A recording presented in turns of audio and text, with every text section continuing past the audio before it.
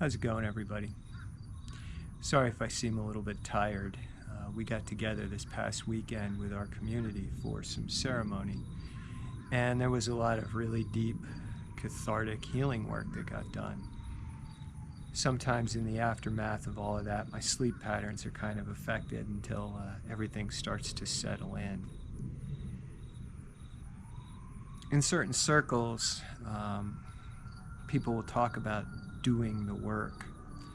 And we throw that phrase around and we make the assumption that everybody knows what we're talking about. But the truth is, not everybody does. Just the other day, somebody said to me, well, what exactly does doing the work mean? And so this might be a good time to talk a little bit about that. If I had to define it, I'd say it's actually got three parts to it, at least as far as I see it. Listening, feeling, and reclaiming. And so let's say you've been carrying around this story about yourself for most of your life. And maybe that story sounds like, I'm a loser, I'm not good enough, I'm worthless, I'm unlovable, I'm a piece of shit. And you know, there are people out there who will tell you, you're not your story. And that's true, you're not your story. But the danger of just jumping right to that is making the assumption that the story doesn't mean anything or that it's not necessary. But actually, that story is a form of communication, and it had to come from somewhere. And so it's important that we listen to it, and we listen very closely to that story. If we just decide to blow it off or throw it out or not listen to it, we're actually assuming the role, in a sense, of the person who was responsible for telling us those things initially. And so when we assume that role, we perpetuate that cycle of abuse. The only difference is now we're the ones who are abusing ourselves. So that's why it's really, really important that we hear what's being said in that story. We really take it to heart and we look at it. We don't have to believe it, but we do have to hear it.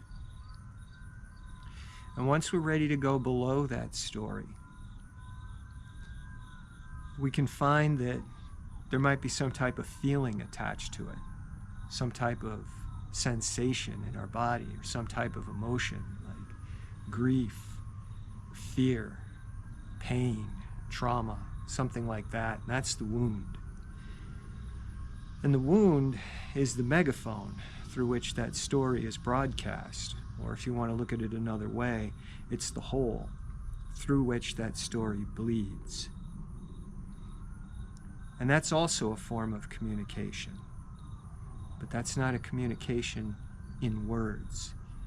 It's a communication in pain. It's a communication in sensations. Maybe a feeling in our body. Maybe an emotion, deep grief, deep sadness. Whatever that wound is, it's important that we sit with that and we feel it. We really, really feel it without running away, without numbing it out. But we sit in it as bravely and as deeply as we can. And it's important to realize that we're not our wounds, just like we're not our story. And if we stop at either of those two levels and we identify with those things, we never really get to the main thrust of the work. And that is, down below the story, down below the wound, there's a storyteller. And that storyteller is the part of us that received the wound, that took on the story, or created the story in order to get by. And that storyteller has been communicating with us the only way it knew how. Through the lies, through the stories, through the false beliefs, through the behavior patterns.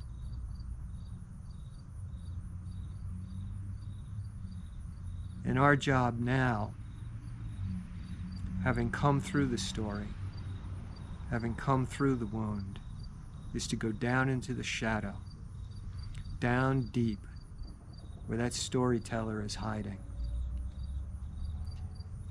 and to take that wounded part of us by the hand and to walk it out into the light and to welcome it home. Even if we don't even know what it is, if we're not capable of remembering what that part feels like, what it was like before the wound, we can still extend the welcome. And this doesn't mean that all the stories, all the lies that kept us alive are going to go away. Doesn't mean that all the wounds are going to stop hurting instantaneously. But if we make the effort to welcome that piece of us home, to heal through the wounds, slowly, over a period of time, that wounded part of us will know that it no longer needs to hold up the defense of those lies. It no longer needs to tell itself or us those stories. And gradually, they fall away. And gradually, the wound begins to heal. And gradually, the storyteller comes home. Until next time.